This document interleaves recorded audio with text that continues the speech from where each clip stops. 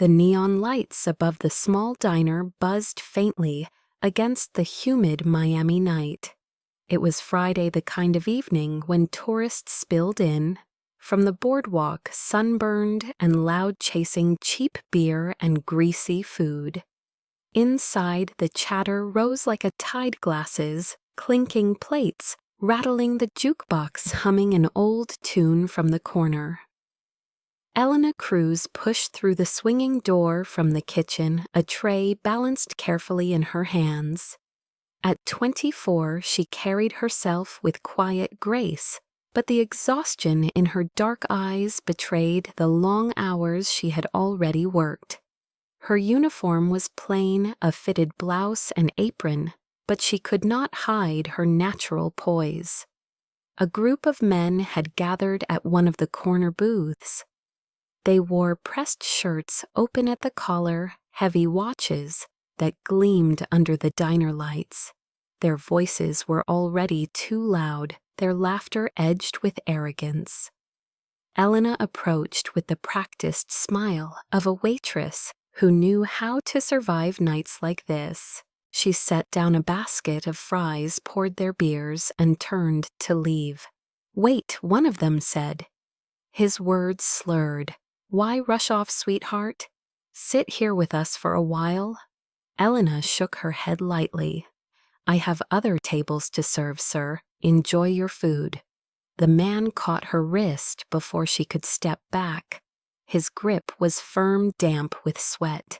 "Come on, just a few minutes. A pretty girl like you, what else are you working for, if not to entertain us?" His friends laughed, raising their glasses in crude encouragement. Her pulse raced. Elena tried to pull free. "Please let go. I need to work."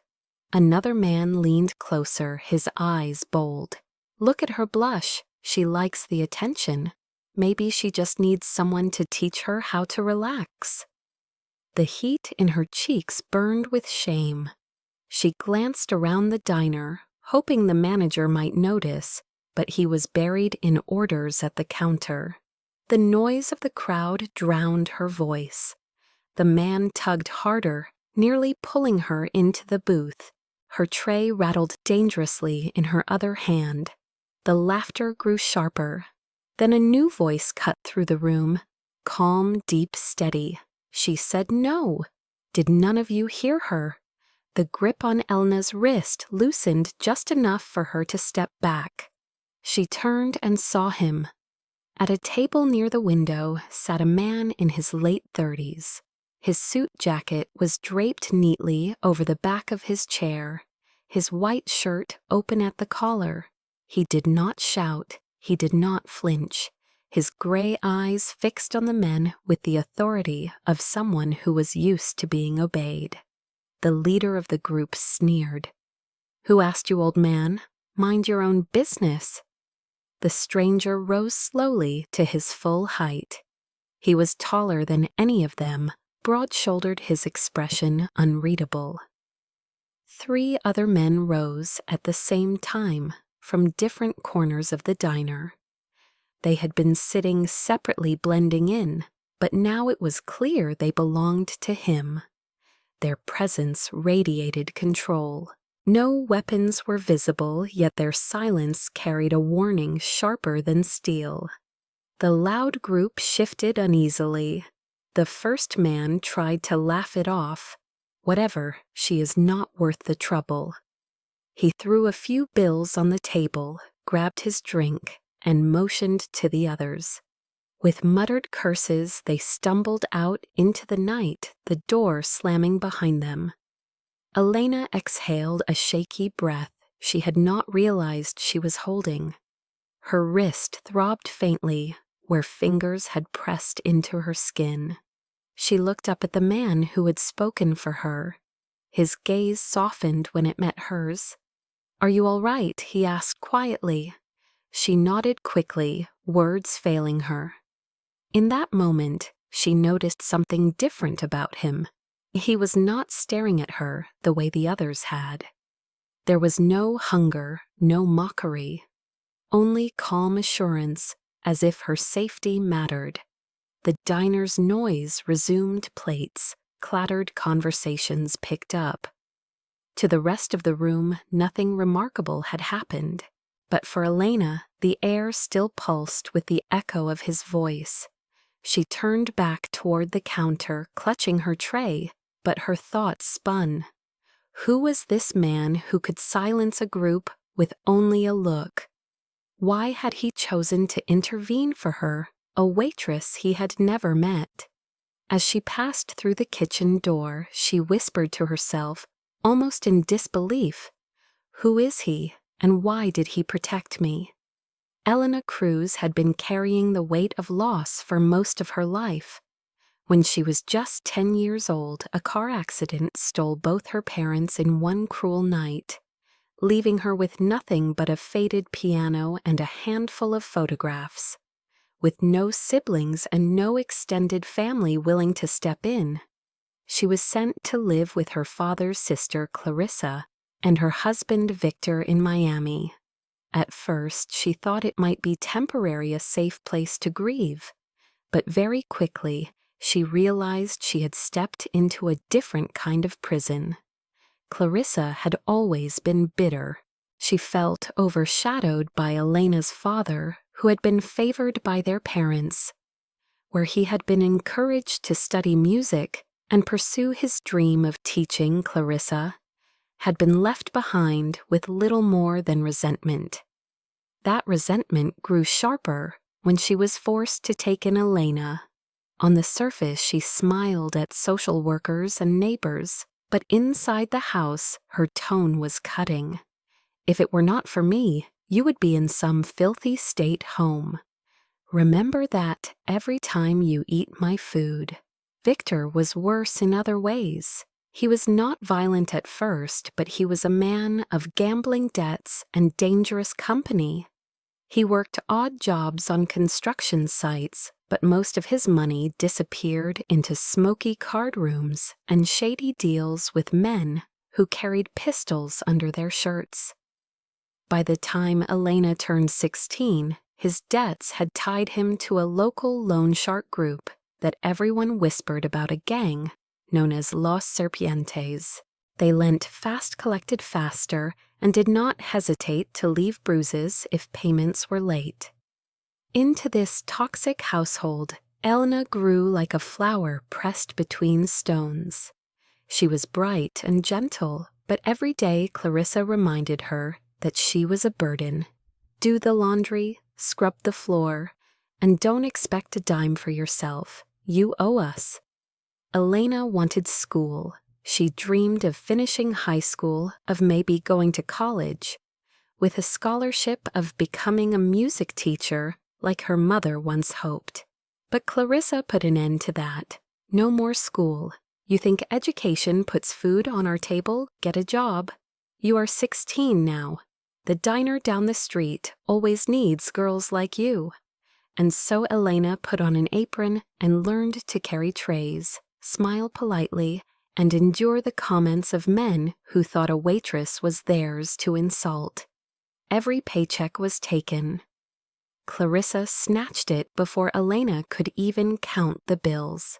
Victor promised he would use the money to cover rent and groceries, but Elena noticed the refrigerator stayed empty while his poker nights went on. On good weeks, there might be pasta and canned sauce.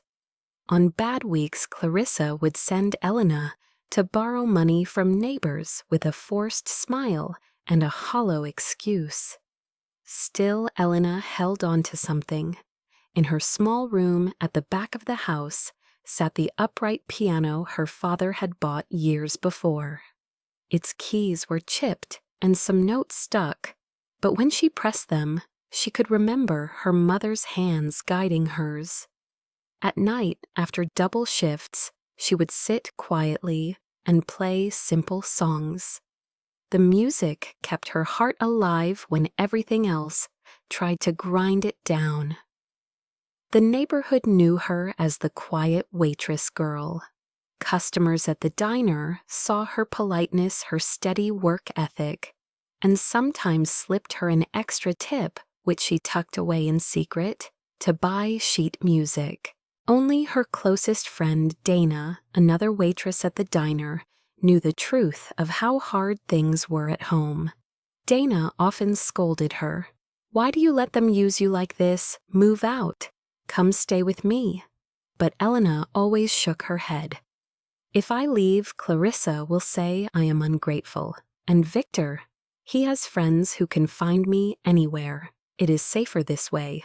Safer was relative. Clarissa had a sharp hand and quicker tongue. When she lost money at blackjack or came home drunk, Elena was her target. A slap across the face, a yank of hair, a long night of insults hurled, while Victor laughed from his chair. Elena endured it in silence, whispering prayers into her pillow, asking God for strength. She told herself it was only temporary. Someday, she would earn enough to escape. Someday, she would play her piano in peace. She believed, despite everything that her parents were watching, that they wanted her to survive. One memory stayed bright in her mind. The day before the accident, her mother had told her, "Promise me, no matter how dark it gets, you will keep playing. Music will carry you when nothing else does." That promise became her anchor. It was the reason she smiled at customers, even when her cheeks ached. It was the reason she endured Clarissa's cruelty without breaking.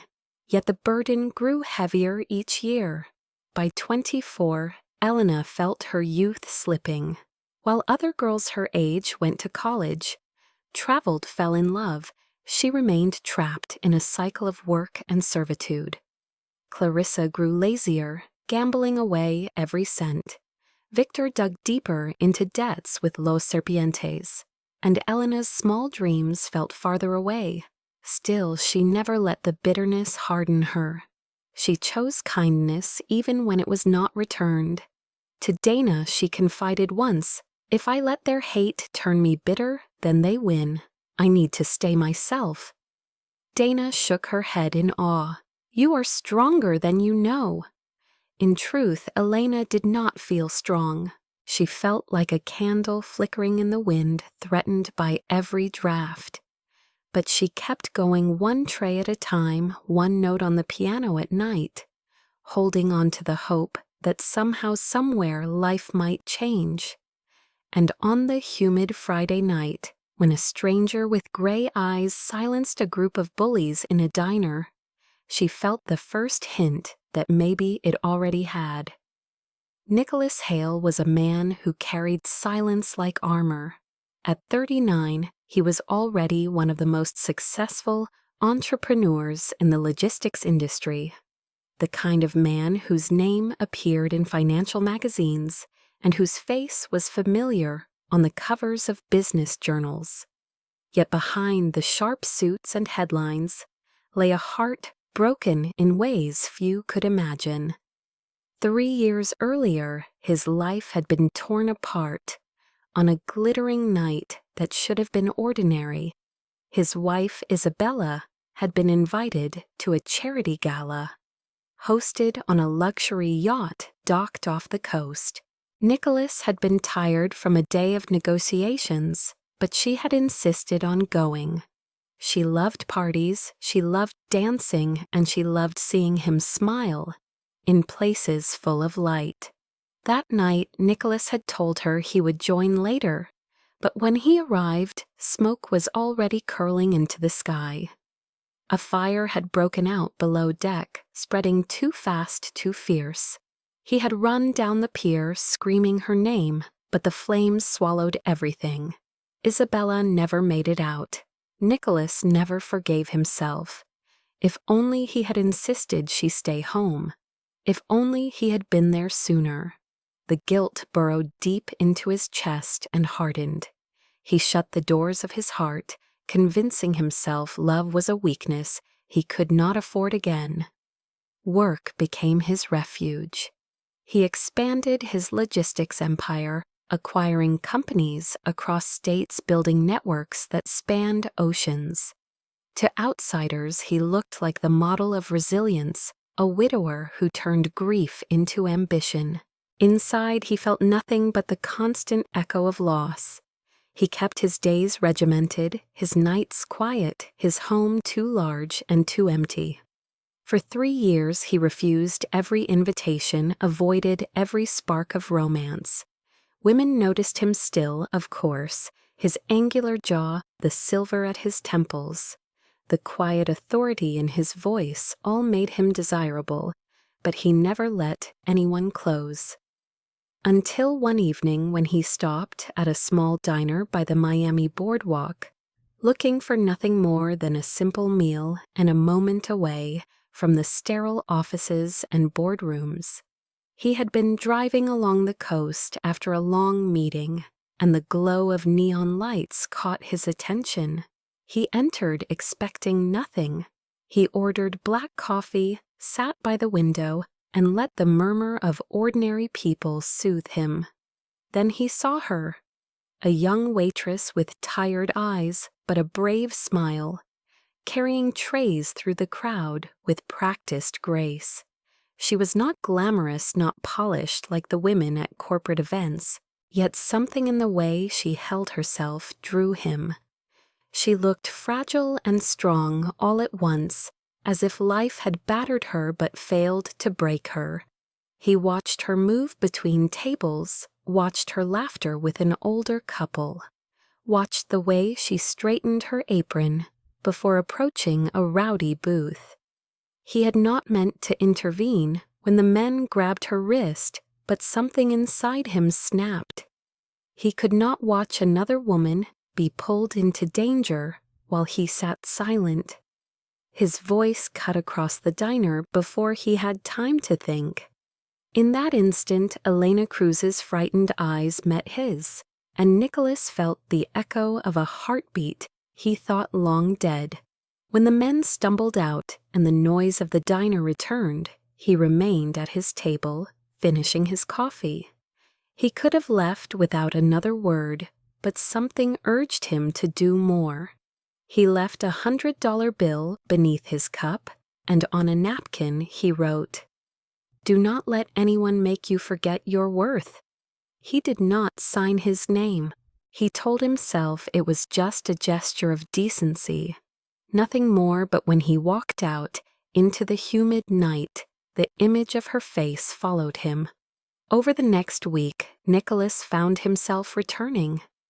Sometimes in the afternoon, sometimes at night, always to the same seat by the window. He told his driver to park nearby, sometimes even sent his security team inside, first to blend with the crowd.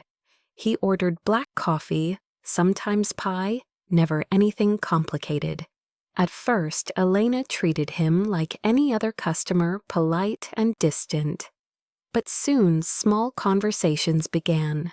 She asked how he liked his coffee. He asked if she played music, having noticed the faint calluses on her fingers. She admitted she still played piano at home when she could. Nicholas felt something stir in him when she spoke of music. Isabella had loved music too, but Elena spoke with a different tone, not of glamorous symphonies, but of simple songs that kept her alive.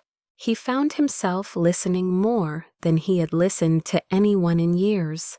He never revealed who he was. To her, he was just a quiet man with gray eyes who liked black coffee, and he preferred it that way. It was the first time in 3 years he felt like a person rather than a name in the papers. The first meet was not fireworks and declarations.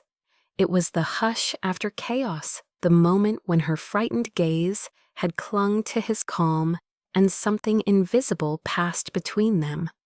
For Nicholas, it was a crack in the armor around his heart. For Elena, it was the first glimpse of safety in years. Neither of them said it aloud, but both walked away that night, carrying a memory they would not forget. Nicholas returned to the diner again and again, each time telling himself it would be the last, each time finding another excuse to stop by. His driver stopped asking questions, his assistants rearranged meetings, and still he came. He always chose the same seat by the window, always ordered the same black coffee, and always found his eyes following Elena as she moved between tables. She grew accustomed to his presence, though at first she thought it strange that a man like him kept coming to such a modest place. She would approach with a smile that was more genuine each time, her voice soft but steady, as she asked if he wanted the usual. Sometimes he would nod and leave it at that, but other times he lingered, asking her small questions that surprised her with their sincerity. He noticed details no one else cared to see. "Your hands," he said once, glancing at her fingers as she set down his coffee. "You play piano, don't you?" Elena blinked in surprise. Most customers noticed her face or her body. No one had ever noticed her hands. She admitted quietly, "I used to play more. Now I only practice when I can." He leaned forward, his gaze intent but not intrusive. "Why only when you can?" She shrugged. "Life keeps me busy, and a piano does not pay bills." For Nicholas, the words stirred something deep. He wanted to ask more, but she was called away by another table. That night she thought about his question long after closing, her heart unsettled. The next week he returned again, this time in the late afternoon when the diner was quiet. He found her behind the counter, cleaning silverware, humming softly to herself. "What song is that?" he asked. She startled, but then smiled shyly.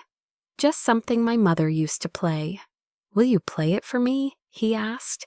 She laughed softly, thinking he was joking, but his expression remained serious. At the far corner of the diner stood an old upright piano used mostly as decoration. With hesitant steps, she sat down, her apron still tied, and let her fingers touch the keys. The sound was imperfect, some notes sticky, but the melody floated clear and true. Nicholas closed his eyes, listening. For the first time in years, he felt the weight in his chest ease. Isabella's memory stirred, but instead of pain, he felt warmth, as if life was offering him a second chance to hear beauty again. When the song ended, Elena lowered her hands self-consciously. "It's not much," she said. "It's everything," Nicholas replied, his voice quiet but firm. From that day on, a subtle rhythm developed between them. She poured his coffee a little slower. He asked about her day. She teased him gently about his habit of sitting alone with only his phone for company. Sometimes Dana, her friend and coworker, would nudge her playfully and whisper, "Your mysterious gentleman is here again."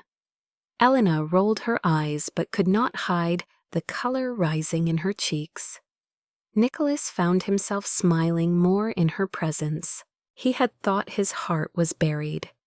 Yet here he was laughing when she recounted small mishaps at work, feeling protective when she rubbed a sore wrist from carrying heavy trays, admiring the stubborn hope in her when she spoke of teaching music someday.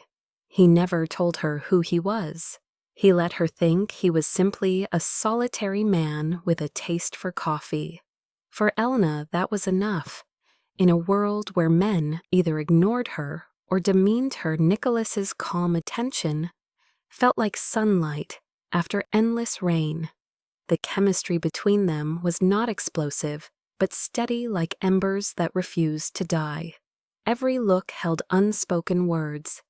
Every shared silence grew more comfortable. One evening after closing, when the streets outside were quiet, Nicholas lingered while Elena wiped down tables. "You work too hard," he observed. She smiled tiredly. "I have no choice. Everyone has a choice," he countered. "Not me."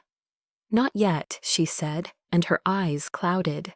Nicholas wanted to press to ask about the sadness behind her words, but he held back. He knew trust could not be rushed. Still, he could not ignore the pull he felt toward her. On his way out, he paused at the door. "Elena," he said softly. She looked up. "Keep playing. Do not let them take that from you." Her breath caught. She wanted to ask who he meant by them, but when she turned, he was already gone into the night. The days that followed deepened their connection. Once he walked her halfway to the bus stop, insisting the streets were unsafe.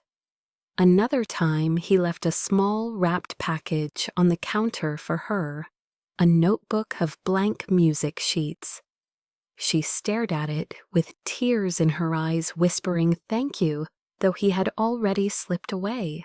Nicholas's world had been built on steel contracts and silence, yet around Elena he felt alive again.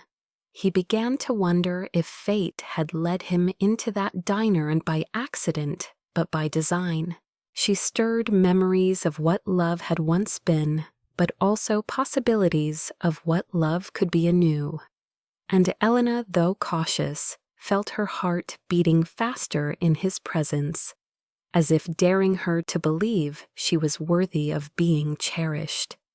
Neither dared to name it yet, but both knew something irreversible had begun. The diner had always been Elena's small stage, a place where she could balance trays, exchange polite smiles, and steal brief moments of peace at the piano. But one late afternoon, the rhythm that kept her life steady suddenly wavered. Word spread quietly among the staff that the owner was planning to shut the doors for good. Business had been bad for months, debts piling up, and no one wanted to invest in a place considered past its prime. Elena overheard the manager on the phone, his voice heavy with defeat. "We cannot keep it open. The creditors are pressing and the landlord has given notice." Panic pricked at her chest. The diner was not just her workplace. It was her safe corner, the only space where she could pretend for a few hours that she belonged somewhere. Losing it felt like losing the last thread holding her together. Dana tried to comfort her. "We will find another job. You are strong." But Elena shook her head. "Jobs do not come easy for people like us. And here at least I can play, at least sometimes." She kept her fear hidden behind her routine smile as she served customers, but inside she was trembling. Then without warning, change arrived. A week later, the manager gathered the staff and announced with surprising energy, "The diner is not closing. We have a new owner. He has cleared the debts and promised to keep everyone on." Gasps of relief spread through the room. Some clapped, others exchanged hopeful looks. Elena stood still, hardly daring to breathe. A new owner who would want to save. A struggling diner like theirs. The manager added, "He cares about safety too. He wants security improved and staff protected." Elena's heart skipped. She thought of the gray-eyed man who came for coffee, the one who had stepped in when no one else did. Could it be? She brushed away the thought as foolish. He was just a customer. But that evening when Nicholas walked through the door, not as a patron, but as the man the manager called Boss Elena, nearly dropped the tray in her hands. Dana nudged her sharply. "It is him, your mysterious gentleman. He owns this place now." Elena's cheeks flamed as Nicholas spoke calmly, with the manager outlining plans to repair the kitchen and hire more staff. He moved with quiet authority, nothing boastful, nothing loud. When his eyes found hers across the room, time seemed to pause. He walked over, and she lowered her gaze, unable to hide her confusion. "You," she whispered. He inclined his head. "Yes, I bought the diner," she stammered. "But why this place is not worth what you paid. It was failing.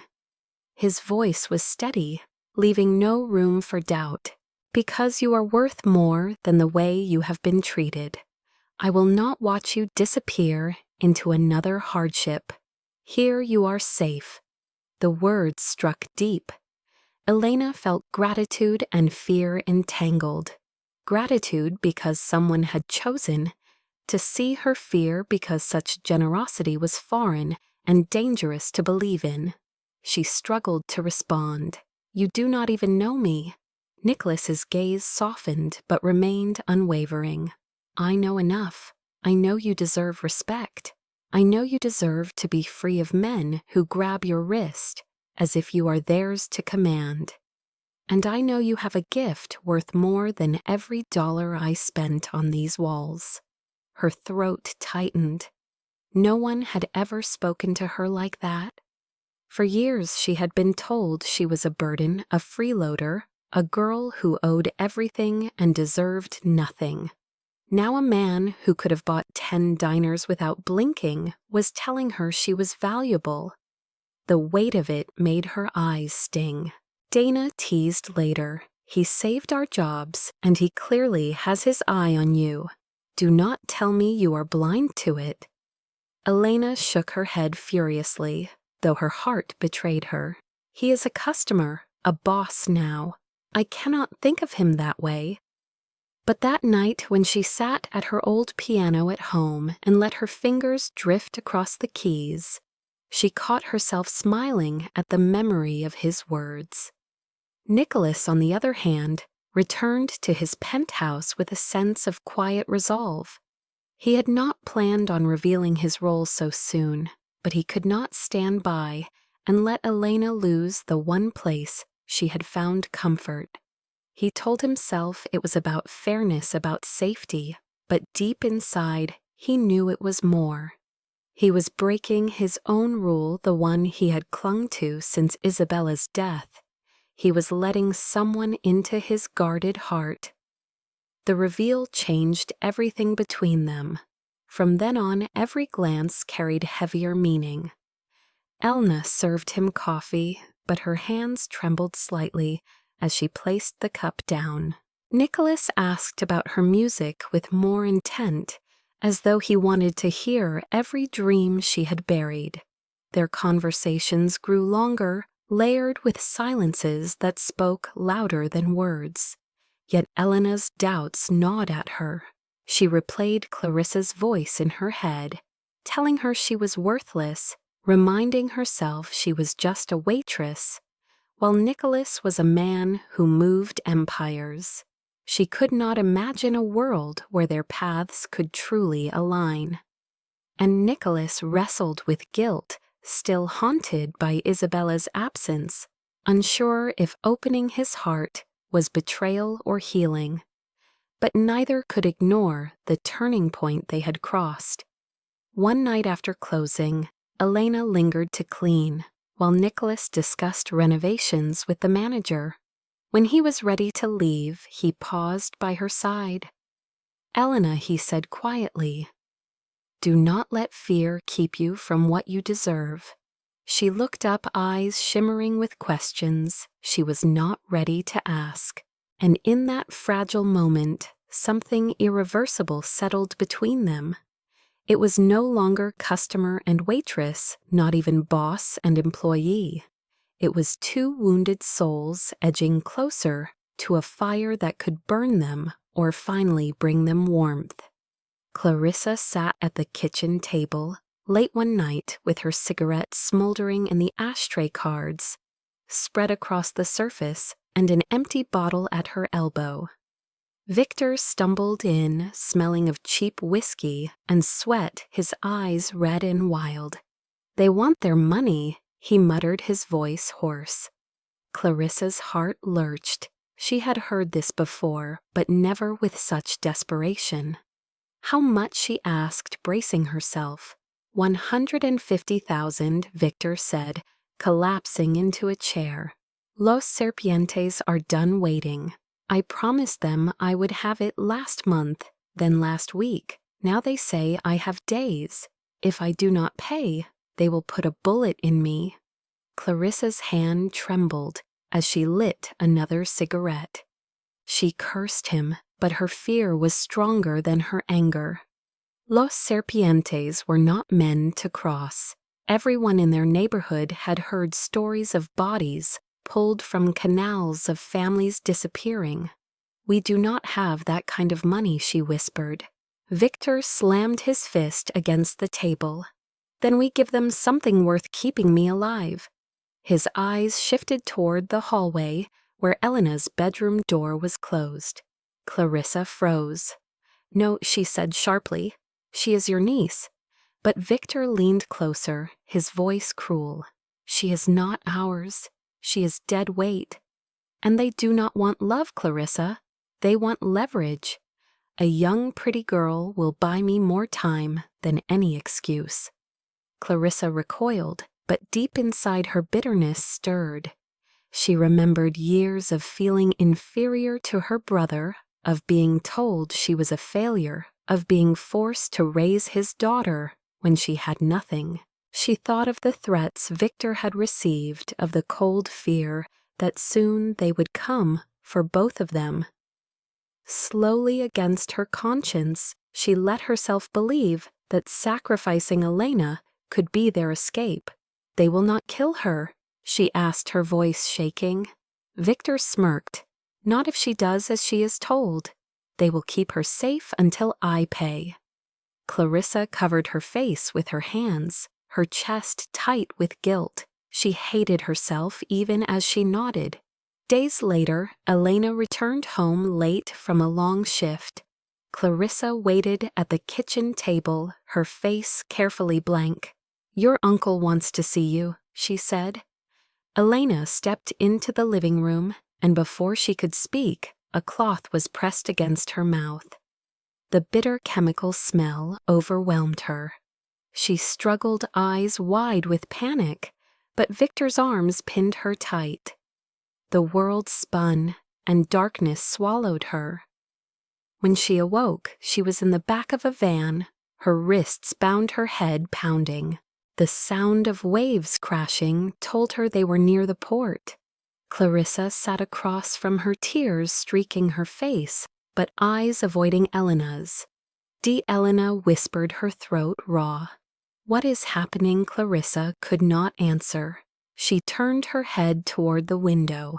Victor growled, "Do not waste your breath. You are going to help us." Elena felt terror coil in her stomach. She realized with dawning horror that they had given her away. The van jolted to a stop outside a warehouse, lit by a single flickering lamp. Rough hands dragged her out. The night air was thick with salt and oil. Men stood waiting, tattoos of coiled serpents visible on their necks and arms. One of them grinned. "This the girl?" Victor nodded quickly. "She is young, she is obedient. She will buy us time." The man snorted. "We will see." They shoved Elena inside. The warehouse smelled of rust and gasoline crates, stacked high shadows crawling in every corner. She was tied to a chair in a small office. Clarissa hovered near the doorway, wringing her hands. For the first time, Elena saw her aunt's mask crack. Clarissa's eyes brimmed with regret, but she still said nothing. Elena's voice shook. "Why are you doing this? I gave you everything. My paychecks, my time, my life. And now this." Clarissa flinched as though struck. "You would never understand," she whispered. "It was this or watch them kill him." Elena's heart shattered. She realized her aunt had chosen Victor's life over hers. She tried to stay strong, but the betrayal cut deeper than any blow. Left alone in the cold room, she prayed, her voice trembling. "God, please, if this is the end, give me courage. If there is hope, send help." Meanwhile, Dana grew anxious when Elena failed to show for her shift. She called her phone, but it went straight to voicemail. Knowing how reliable Elena always was, dread filled her. She went to Nicholas, her voice urgent. "Something is wrong. She never misses work. She never turns off her phone. Nicholas felt a chill sweep through him. The memory of Isabella's absence surged like a knife. He stood immediately calling his security chief. Find her now. His men moved swiftly, pulling surveillance from the diner's street cameras. Within an hour, they identified the black van and traced it to the docks. Nicholas contacted the Miami police, his voice steady, but his hands clenched. We have a kidnapping victim. I will provide the footage and the plate number. Meet us at the port. The officers recognized his name and did not hesitate. A joint operation was set in motion. At the warehouse, Elena sat shivering, her thoughts spiraling. Every sound outside made her flinch. She wondered if Nicholas would notice she was gone, if he would care. She hated herself for hoping, but the image of his calm gray eyes gave her strength. She whispered into the silence, "Please, if you can hear me, do not let me disappear." And somewhere outside, engines roared as Nicholas's convoy and police cruisers approached the darkened docks, closing in on the place where betrayal and danger held her captive. The convoy of black SUVs rolled to a stop a block away from the docks, their engines humming low in the humid night air. Police cruisers joined them, red and blue lights muted, but ready radios crackling with clipped orders. Nicholas stepped out first, his tall frame cutting a commanding silhouette against the glow of the harbor.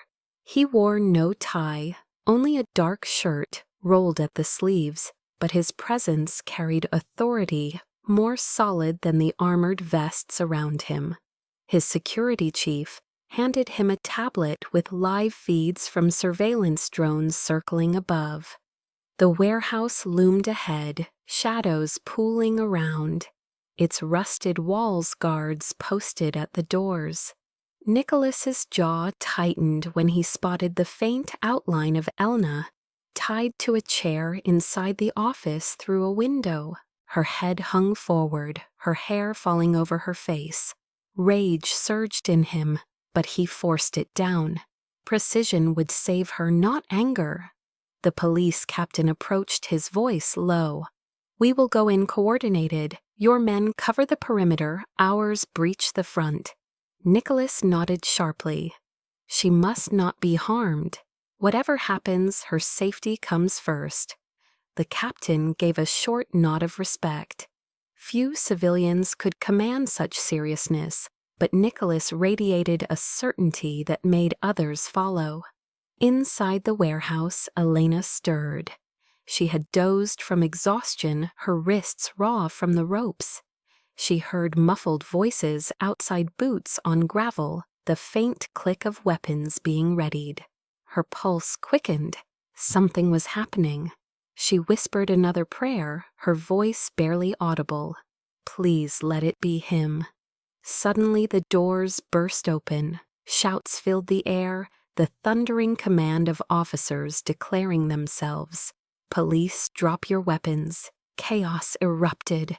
The gang members scrambled, some reaching for guns, others ducking behind crates. Flashlights cut through the darkness, beams striking faces, disorienting them. Nicholas's men swept in from the sides, moving with precision, their dark uniforms blending with shadows. Gunfire cracked sharp and terrifying but controlled. The police pressed forward with shields forcing the gang to scatter. In the office, Elena jerked upright, fear flooding her. A heavy-set man grabbed her by the arm, yanking her to her feet as a human shield. "Back off or she dies," he roared, pressing a pistol to her temple. Her breath came in gasps, her eyes wide with terror. Nicholas burst through the doorway before the captain could stop him. His heart clenched at the sight. For a moment time froze Isabella's face, flickering in his memory, the night he had lost her. He would not let it happen again. Let her go. Nicholas said, his voice like steel. The man sneered.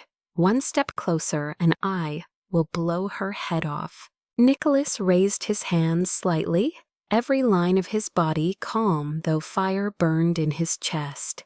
"Think carefully. The building is surrounded. You will not get out. But if you hurt her, I will personally make sure your last moments are agony." The gang member hesitated, sweat glistening on his forehead. He tightened his grip on Elena, who whimpered softly, tears streaking her cheeks. Nicholas took a slow step forward. "Look at me," he commanded. The man's eyes flicked to him. "You think you are in control, but you are not. Let her go, and you might walk out alive." A sharp crack split the air as a police sniper fired from outside through a broken window. The gang member screamed, his gun hand snapping back as the bullet tore through his wrist. The weapon clattered to the floor. Elena stumbled forward into Nicholas's arms before she could fall. He caught her, cradling her against his chest, her sobs muffled against his shirt. "I have you," he whispered fiercely. "You are safe now. I will never let them touch you again." Around them, the warehouse descended into chaos. Officers subdued the remaining gang members' handcuffs. Clinking curses shouted. Nicholas barely noticed. All his focus was on the trembling figure in his arms. Her wrists were bleeding from the ropes, her face pale.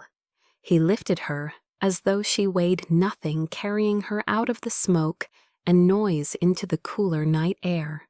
Paramedics rushed forward with a stretcher, but Elena clung to him, refusing to let go. "Stay," she gasped. "Do not leave me." His throat tightened. "I am not going anywhere." He climbed into the ambulance with her still in his arms. The police captain gave him a nod of respect before closing the doors. Sirens wailed as the ambulance sped toward the hospital. Nicholas sat with Elena curled against him, his large hand covering hers. He kept his eyes on her face, watching every shallow breath. In his mind, he saw Isabella, again saw the flames the night he had failed. But this time he would not fail. He pressed a kiss to Elena's hair, his heart pounding with a vow he could not yet speak aloud. She had become more than a waitress, more than a fragile soul to protect. She was his second chance at life. At the hospital, doctors rushed her into the emergency room. Nicholas paced outside, fists clenched, the memory of her terrified eyes haunting him. Hours felt like years until a doctor emerged. "She will live. Minor head trauma, dehydration, and shock. But she is strong." Relief crashed over Nicholas like a wave. He pressed a hand to his eyes, releasing a breath he had been holding since the night began. When he was finally allowed into her room, she lay pale but breathing an IV at her side. He sat at her bedside, his hand gently covering hers. Her eyelids fluttered open, for a moment unfocused, then closed again. He stayed there through the night, silent and unyielding, watching over her. For years he had believed his heart was buried in ashes. Now, as dawn painted the sky pale pink over Miami, he knew he would fight heaven and hell to keep her safe. The sterile white walls of the hospital room hummed with the faint buzz of machines, a rhythm of beeping monitors, and whispered footsteps in the hall. Nicholas sat in the chair beside Elena's bed, his back rigid, his gray eyes fixed on her face. He had not moved for hours, unwilling to let her out of his sight. Every rise and fall of her chest reassured him she was still here, still alive. At dawn, she stirred her lashes, fluttering against her pale skin. Her lips parted, a soft groan escaping. Nicholas leaned forward instantly, his hand hovering above hers. "Elena, it is me. You are safe." Her eyes opened, clouded with confusion. She looked around the room, then at him, her brow furrowing. "Who are you?" The words hit him like a blade. His heart clenched, but he forced his voice steady. "I am Nicholas. I brought you here. You were hurt, but you are safe now." She shook her head faintly, pulling her hand back, as though from a stranger. I do not remember. I do not know you." A doctor entered quietly, checking her vitals. He turned to Nicholas with a professional calm. "The trauma to her head has caused temporary amnesia. It is not uncommon. Her memories may return in days or weeks, but for now do not force it. Familiarity will help. Surround her with kindness." Nicholas swallowed hard, nodding. Inside, his world shifted. He had saved her life only to lose her in another way. When the doctor left, silence stretched between them. Elena stared at him, wary, as though he were a stranger who had invaded her room. Nicholas lowered his voice. "You do not have to remember me. I will remind you. I promised I would not leave, and I will not." She frowned, searching his face. Something in his tone softened her guard, though confusion still clouded her. Days passed with Nicholas at her side. He read to her simple stories from the newspaper, hoping the cadence of his voice would plant itself in her memory. He brought her fresh flowers, filling the room with color. He arranged for a small digital piano to be placed by her bed. At first, she protested weakly. "Why a piano? I cannot play now. I cannot even remember what I liked." But one evening, when the corridor was quiet and Nicholas was dozing in the chair, she pressed a key. The note rang out, fragile but real. Something stirred in her chest. She pressed another, then another, until a simple melody stumbled out. Nicholas opened his eyes and watched her, his throat tightening. She looked at him, startled, as if embarrassed. "I do not know why I did that. My hands just knew." He smiled, his eyes warm. "Because music is part of you. It always was." Slowly their bond rebuilt itself. She grew comfortable with his presence, even leaned on him when the nights were restless. Yet the wall of lost memories stood firm. She would wake sometimes in panic, whispering, "Why can I not remember? Why are you the only one here?" Nicholas would take her trembling hand. "Because I chose to be. That is all you need to know for now." One afternoon he entered carrying a small velvet box. Elena tilted her head, puzzled. He sat beside her and opened it, revealing a delicate necklace, a golden charm in the shape of a musical note. Her eyes widened. A rush of emotion broke through the fog in her mind. She lifted a hand to her lips, tears brimming. I know this. I wanted this." "How do I know?" Nicholas's voice was low but steady. "Because we saw it together at a store near the mall. You admired it, but said it was too expensive. I bought it that day. I was waiting for the right moment." A sob escaped her throat. Images flickered at the edge of her memory, bright lights in a shop window. His quiet presence beside her, the warmth of laughter she had not allowed herself in years. She clutched the necklace tightly. "It feels real, like something I dreamed but forgot." Nicholas leaned closer, his eyes shimmering. "It was not a dream, Elena. It was us, you and me. Every moment you think you imagined I was there." Her lips trembled. "Why can I not remember all of it?" "Because sometimes the mind protects itself," he said softly.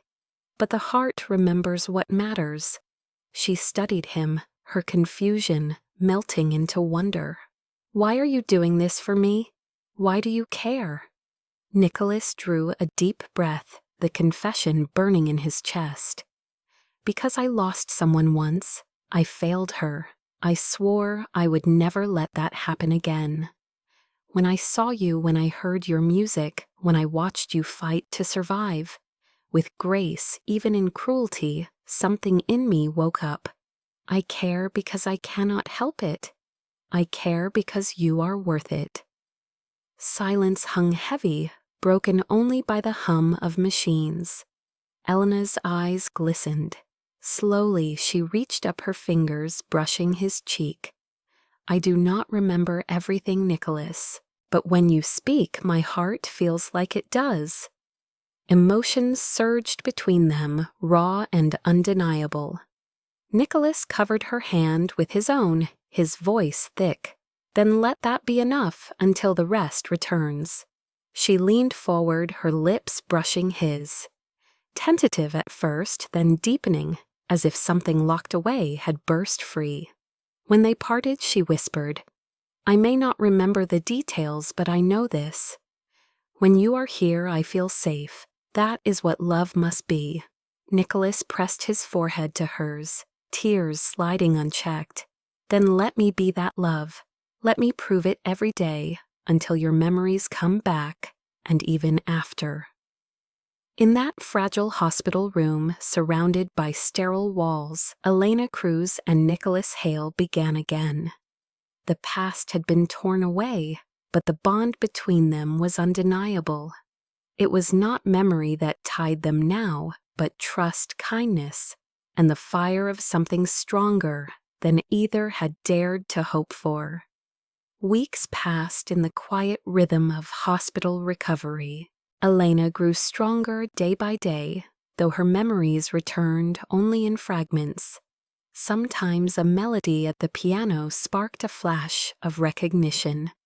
Sometimes Nicholas's smile unlocked a flicker of laughter she could not place. Through it all, he remained at her side, patient, unwavering, never pressing her to remember more than she could. When she was finally discharged, Nicholas insisted she not return to Clarissa and Victor's house.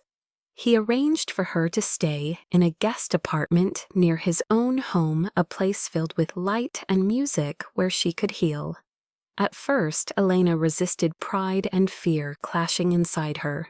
I cannot accept this, she said softly. It is too much. Nicholas's eyes held hers steady and kind. You can accept safety. You can accept dignity. That is what this is. Slowly she relented, realizing her strength could only grow in an environment free from cruelty. Dana visited often, her relief immense. You finally look like yourself again, she said, hugging her tightly. But peace did not last long. News spread quickly that Clarissa and Victor had been arrested during the raid on the warehouse. Facing charges of conspiracy and aiding a criminal gang, they were held in custody. One afternoon, a police officer arrived at Nicholas's residence with a message. Clarissa had requested to see Elena. Nicholas bristled at the thought, protective instinct flaring. But Elena surprised him by agreeing. I need to face her, she said. I need to close that chapter. The next morning, Nicholas drove her to the detention center. Inside the cold visiting room, Clarissa entered wearing an orange jumpsuit. Her once sharp face lined with regret. She stopped short when she saw Elena standing tall, her hands steady, her eyes clear. Elena, Clarissa whispered, tears filling her eyes. I did not expect you to come. Elena's voice was calm, though her chest ached. You asked for me. I am here. What do you want to say? Clarissa broke down, her shoulders shaking. Forgive me. I was wrong. I was weak. I thought saving Victor was worth the price. But it destroyed everything. I do not expect you to understand. I do not expect you to love me. I only beg you not to hate me until my dying breath. Elena's eyes stung, but her voice remained steady. You chose him over me. You sold me to men who could have ended my life. That is not something I can forget. Clarissa wept harder, collapsing into the chair. Then I have lost everything. Elena took a deep breath. But hate is poison. I will not carry it with me. I forgive you not for your sake, but for mine. I will not let your choices chain me anymore. Clarissa lifted her face, astonished. Elena stepped closer, her voice soft but firm. I release you, Aunt, but you will never again have power over me. For the first time in years, Elena felt the invisible weight of her aunt's cruelty lift from her shoulders. When she left the detention center, she inhaled deeply, the Miami air salty and warm freedom filling her lungs.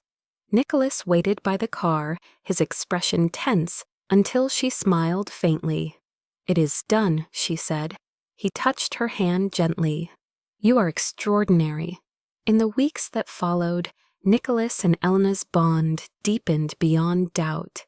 She no longer looked at him as a stranger or even just a rescuer. She saw him as a man who had stood at the edge of his own grief and still chosen to protect her.